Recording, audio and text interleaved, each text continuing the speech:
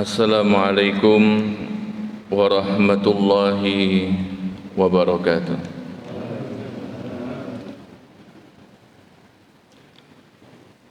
Alhamdulillahi wa kafa wassalatu wassalamu ala rasulihil mustafa Sayyidina Muhammadin ibni Abdillah wa ala alihi wa ashabihi ahlas sidqi wal wafa.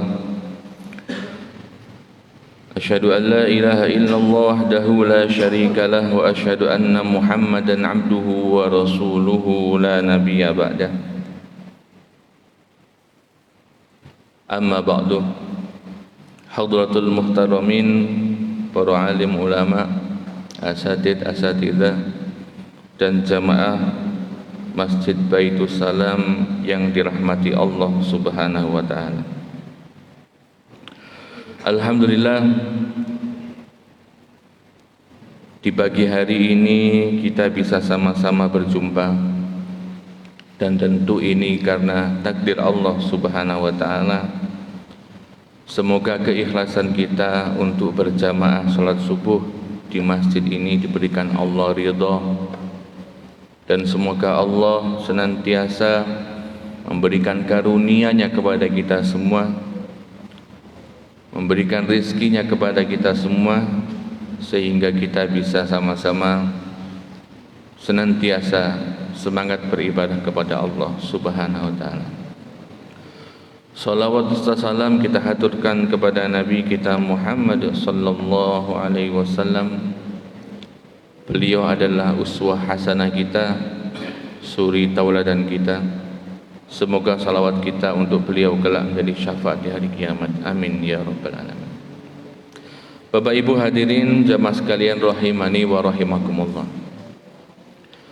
Seandainya orang-orang yang berada di makam itu ditanya, dan kita bisa berbicara dengan beliau-beliau yang sudah meninggal,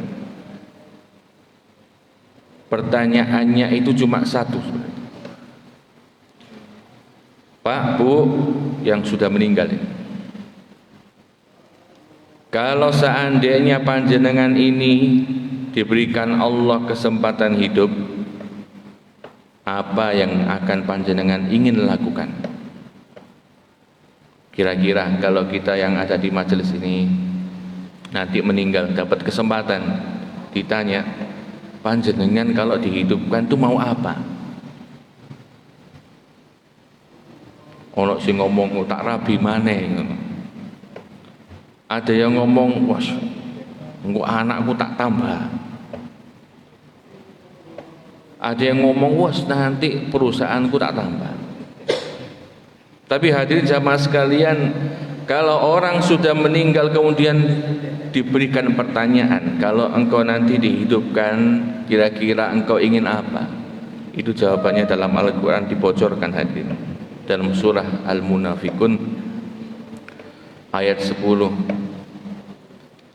Allah Subhanahu wa taala berfirman, "A'udzubillahi minasyaitonirrajim. Wa anfiqu mimma razaqnakum min qabli ay ya'tiya ahadakumul maut fayaqul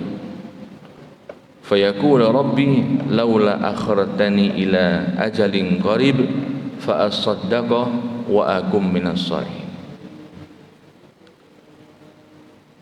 Dermakanlah apa yang telah diberikan oleh Allah kepada kalian, sedikit saja, min qabli ayyatiya ahadakumul maut, sebelum datang kematian. Kalau sudah datang kematian hadirin, menurut hadis Rasulullah sallallahu alaihi wasallam, idza mata ibnu adam inqata'a anhu amalu. Kalau sudah meninggal anak Adam, kata Rasulullah, maka seluruh amalnya akan terputus, illa min salasin, kecuali 3 hal. Yang pertama adalah sedekah jariyah, yang kedua adalah ilmun yuntafa'u bih, dan yang ketiga adalah waladun saleh yad'ulah. Kecuali 3 ini maka tertolak semua, karena orang yang sudah meninggal tidak mungkin bisa sholat lagi. Ujuk-ujuk waktu panjenengan azan subuh, as-salatu khairum minan naum, sing di jero kubur bangkit, datang ke masjid, jenengan seneng apa senep kira-kira? Seneng napa seneng Pak? Wedi kabeh. Karenanya itu hadirin jamaah sekalian, orang yang sudah meninggal kata Rasulullah tidak akan mungkin bisa beribadah lagi kecuali 3 hal tadi yang terus mengalir pahalanya. Kemudian kalau ditanya apa harapannya, Rabbi laula akhartani ila ajalin qarib, wahai Allah seandainya engkau mau untuk menunda sedikit saja ajalku, katanya, fa as-sadaqah, maka aku ingin bersedekah sebanyak-banyaknya. Karena paham dulu waktu masih hidup tidak mungkin bisa bersedekah, karena mungkin egonya masih terlalu kuat, karena mungkin bakhilnya masih terlalu kuat. Maka ketika sudah diberikan Allah kesempatan untuk merasakan kematian, dia ingin dihidupkan kembali dan kemudian bersedekah sebanyak-banyaknya. Yang kedua apa? Wa akum minas sholihin, aku ingin ya Allah kalau engkau hidupkan lagi, aku ingin menjadi orang-orang yang soleh. Semoga kita semua hadirin jamaah sekalian ditakdirkan oleh Allah menjadi orang-orang yang soleh dan juga solehah. Hadirin jamaah sekalian, saya tanya pada dengan kira-kira menjadi orang yang soleh atau solehah itu mudah apa susah? Halo? Mudah apa susah? Kok boten jawab, ngantuk tak niki? Untuk menjadi orang yang soleh itu kira-kira butuh perjuangan apa boten? Butuh. Karena orang yang soleh maupun solihah itu adalah orang-orang yang terpilih. Tadi di hadis disebutkan oleh Rasulullah, awaladin salih yad'ulah. Kita ini hari ini juga termasuk menjadi anak dan juga menjadi orang tua. Kalau jadi anak, jadilah anak yang soleh solihah. Kalau jadi orang tua juga jadilah orang tua yang soleh dan solihah. Kecuali yang belum menikah. Ada yang belum menikah di sini? Belum. Nah, hadirin jamaah sekalian, bahkan sampai kemudian Rasulullah SAW mengingatkan, jadilah kalian semua orang-orang yang soleh, orang-orang yang baik. Ini ada sebuah syair yang mungkin sekarang ini menjadi tren di kalangan orang-orang muslim.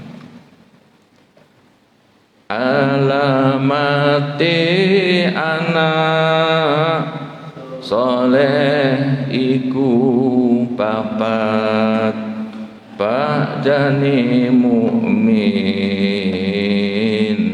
anut ing syariat,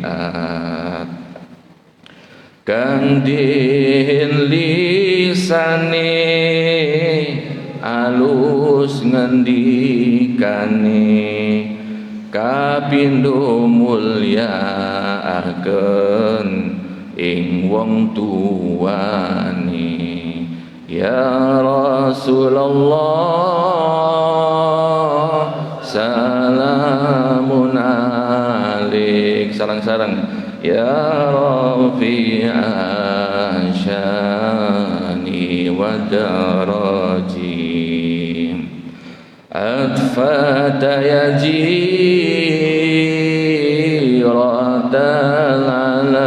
alamin, ya uhailal judi wal karami. Salah satu cara untuk menjadi orang-orang yang saleh itu, kata syair ini, yang pertama, ketika kita sudah dinyatakan sebagai manusia, berimanlah. Untuk menjadi orang yang beriman itu hadirin tidak mudah. Gampang diucapkan tapi susah untuk dilakukan.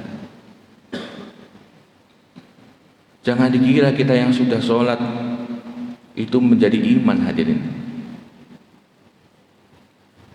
Karena antara rukun Islam dan rukun iman itu beda, jumlahnya pun berbeda. Ada enggak kira-kira orang yang sudah sholat, sudah haji, sudah zakat, sudah umroh, tapi imannya berkurang? Ada nang mboten? Mboten tentu hadirin. Maka iman ini menjadi syarat utama menjadi orang-orang yang soleh. Di antara tanda-tanda iman, Rasulullah SAW mengatakan dalam sabdanya, "Man kana yu'minu billahi wal yaumil akhir." Siapa yang mengaku iman kepada Allah dan hari akhir, falyakul khairan aw liyasmut, maka hendaklah dia mengucapkan yang baik. Jika dia tidak mampu mengucapkan yang baik, apa kata Rasulullah? Diamlah. Niku tanda-tanda iman. Wa man kana yu'minu billahi wal yaumil akhir, dilanjutkan hadisnya, falyukrim jarahu. Siapa yang mengaku iman kepada Allah dan hari akhir, maka hendaklah dia itu memuliakan tetangganya. Salate nemen, puasane bleduk, zakate terus menerus, tapi nang tangga mboten apik. Kira-kira iman apa mboten? Iman apa mboten? Umroh bendino yang jadi KW.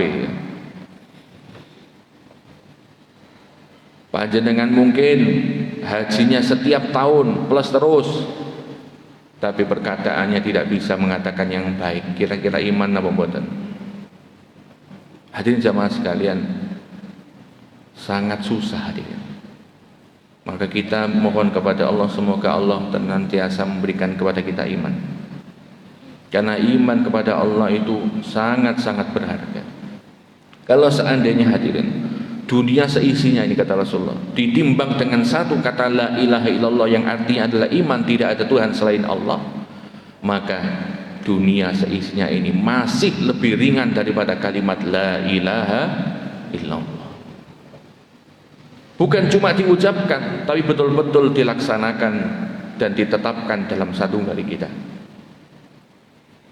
Yang kedua tanda orang yang beriman menurut syair ini adalah anut in syariat. Manut, mengikuti syariat. Betapa banyak hadirin sekarang ini orang-orang muslim yang sedikit demi sedikit meninggalkan syariat. Panjenengan tahu nggak syariat yang sedikit demi sedikit ditinggalkan, atau mungkin bahkan ditinggalkan sama sekali? Ada yang tahu? Yang saat ini sedang terjadi syariat pembagian waris menurut Allah. Ini apa buatan? Orang modern cenderung percaya kepada notaris, pengacara. Le sok ben aku mati, tekanono pengacara. Sudah ada surat wasiatnya.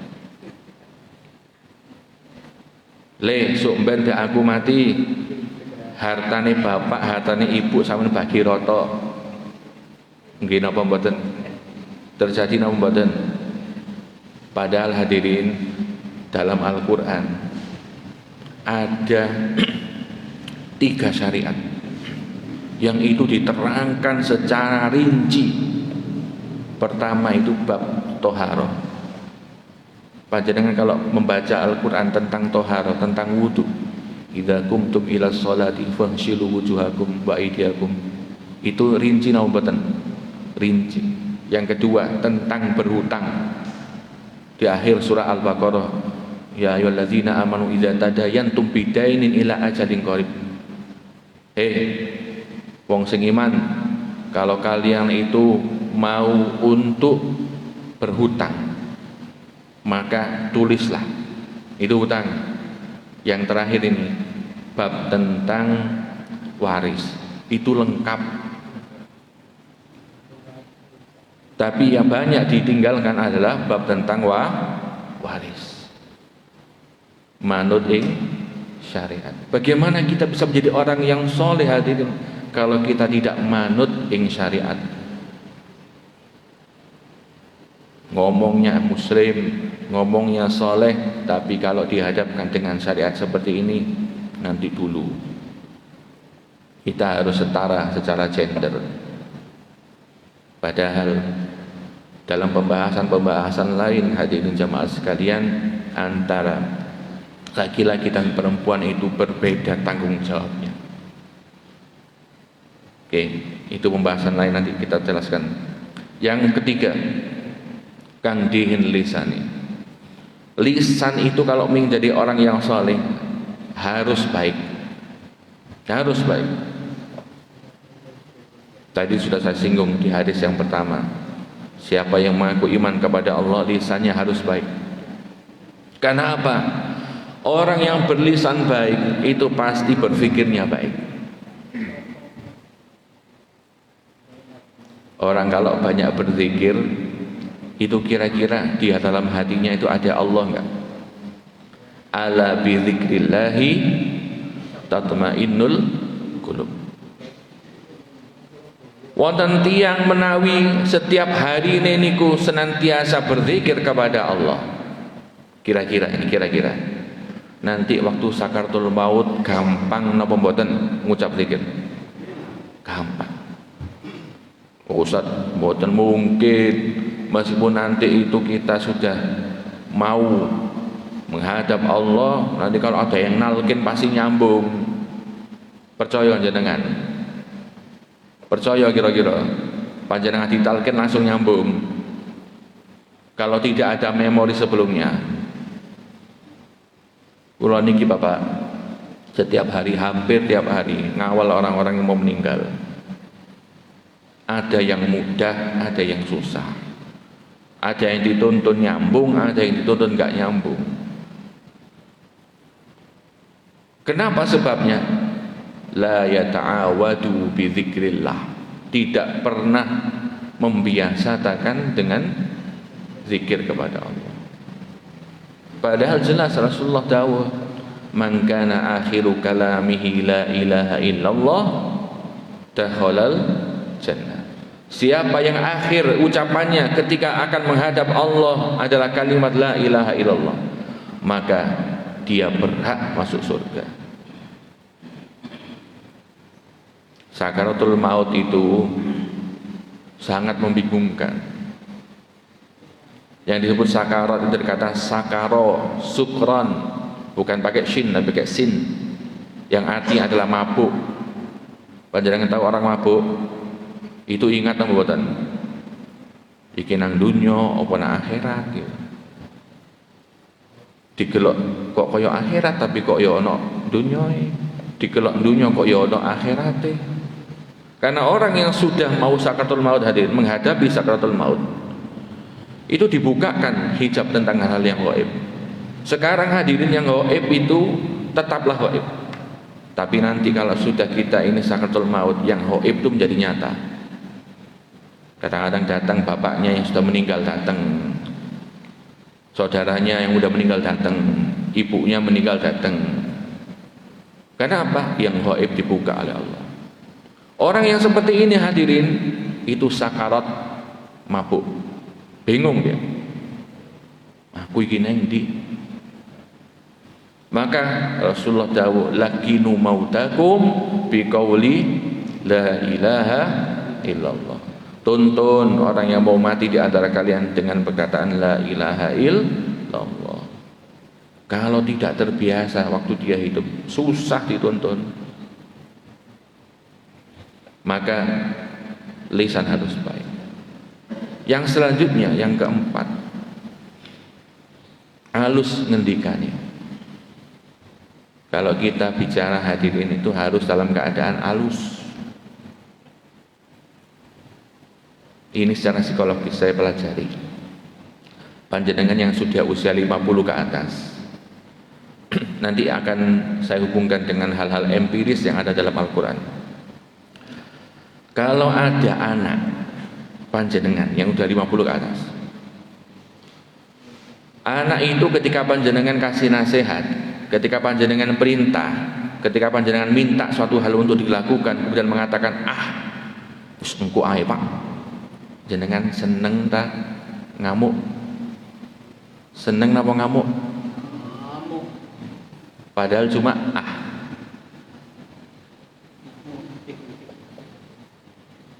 Loh, kita waktu masih muda hadirin, ada orang yang menyangkal apa yang kita perintah itu biasa.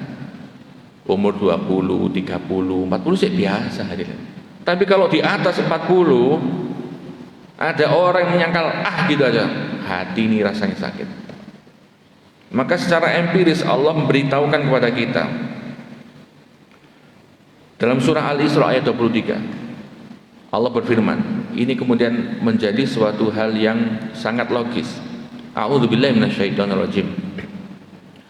Wa qada rabbuka alla ta'budu illa iyyah. Allah memerintahkan kepada kalian, menetapkan pada kalian, alla ta'budu illa iyyah. Jangan kalian menyembah kecuali kepada Allah.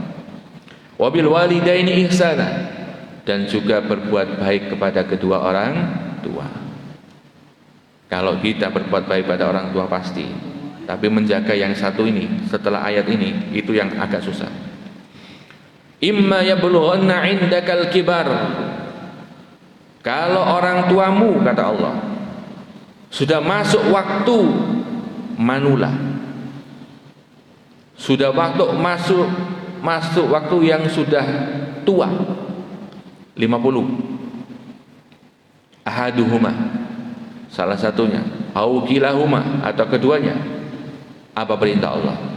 Fala taqul lahuma uffin. Jangan engkau bilang Ini kalau kita terjemahkan sangat ringan. Mosok ngomong tok na wong tua kok ngelarano ati. Itu secara psikologis kita ini yang sudah tua, ketika dibilang itu atau disepelekan itu pasti sakit hari. Dan yang begini tidak mungkin akan menjadi orang yang soleh kalau sudah menyakiti hati orang tua. Rasulullah mengingatkan kepada kita, ada 2 dosa yang tidak perlu nunggu nanti di akhirat azabnya. Di dunia sudah dirasakan. Apa itu? Salah satunya adalah uququl ummahat atau uququl walidain. Durhaka kepada kedua orang tua, atau bahkan lebih-lebih durhaka kepada ibunya. Percaya dengan orang ngaku soleh hadirin, tapi sama orang tuanya sering membantah, sering menyepelekan, tidak mungkin bisa diterima oleh Allah doanya. Maka hadirin perhatikan hal ini, halus ngendikane, ngomong yang halus kepada siapapun, termasuk pada orang tua. Yang kelima, mulia akan ing wong tuane. Ustaz, ya apa carane Ustaz memuliakan orang tua?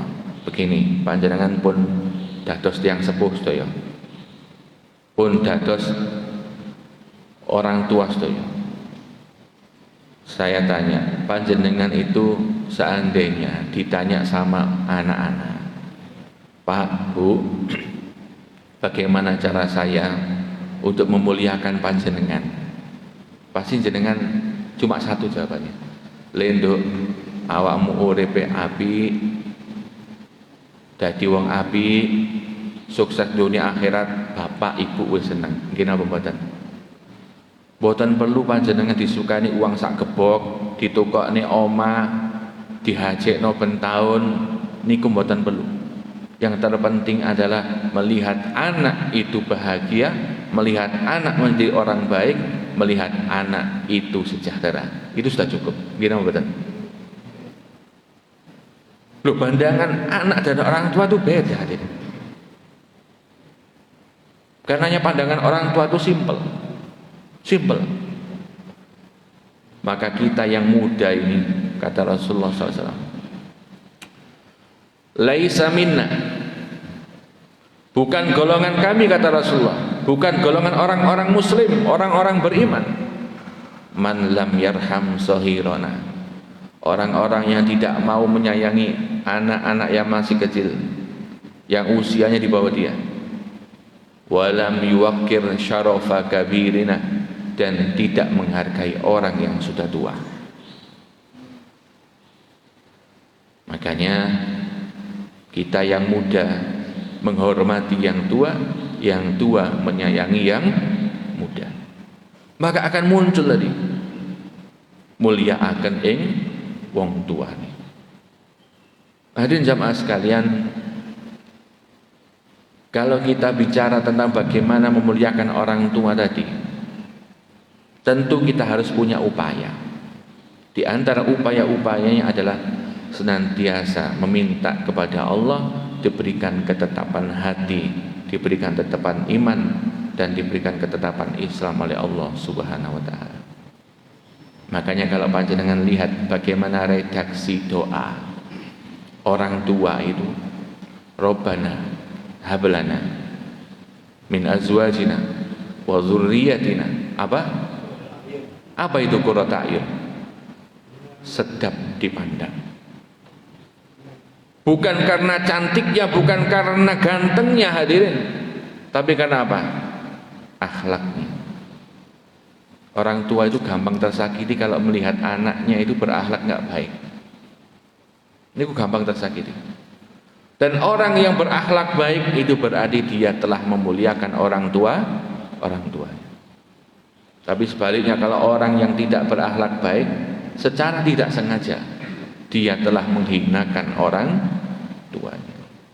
Semoga hadirin kita semua yang ada di majelis ini diberikan Allah kekuatan untuk menjadi orang-orang yang soleh maupun solihah, yang mampu mengangkat derajat orang tua kita semua, dan semoga kita semua dimasukkan surga Allah Subhanahu wa taala. Mari kita tutup dengan doa. Bismillahirrahmanirrahim.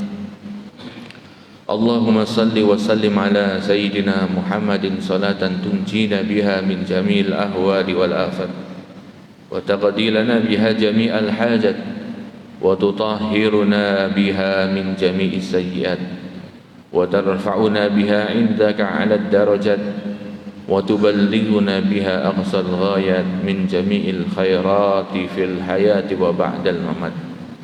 Allahumma ighfir lana ya Allah wa li walidayna wa li masyayikhina wa li ikhwanina wa li azwajina wa li auladina wa liman lirta bil huquqi alaina. Ya Allah, ya Tuhan kami, ampunilah dosa-dosa kami, dosa kedua orang tua kami, dosa guru-guru kami, dosa pasangan kami, dosa anak-anak kami ya Allah, dan dosa murid-murid kami. Karena hanya Engkau ya Allah yang mampu untuk merubah keburukan menjadi kebaikan. Karena hanya Engkau ya Allah yang mampu untuk menghapuskan dosa-dosa yang telah kami lakukan. Ya Allah, ya Tuhan kami, ampunilah kami, tutuplah seburuk apapun masa lalu kami. Ya Allah, ya Tuhan kami, tutupilah aib kami dimanapun kami berada. Allahumma inna nas'aluka ilman nafi'ah wa rizqan wasi'an thayyiban mubarakah wa amalan mutaqabbala. Ya Allah, ya Tuhan kami, berikanlah kami ilmu yang bermanfaat, bermanfaat untuk diri kami, bermanfaat untuk keluarga kami, bermanfaat untuk masyarakat kami. Ya Allah, ya Tuhan kami, berkahilah ilmu kami, berkahilah rezeki kami, berkahilah anak turun kami. Ya Allah, tuntunlah kami ke jalan-Mu, jalan yang Engkau janjikan, sebagaimana Engkau janjikan kepada orang-orang yang soleh yang telah mendahului kami. Rabbana atina fid dunya hasanah wa fil akhirati hasanah wa qina adzabannar walhamdulillahi rabbil alamin. Kurang lebihnya kami mohon maaf. Kita tutup dengan kafaratul majlis. Subhanakallahumma wa bihamdika asyhadu an la ilaha illa anta astaghfiruka wa atubu ilaik. Kurang lebih mohon maaf. Wassalamualaikum warahmatullahi wabarakatuh.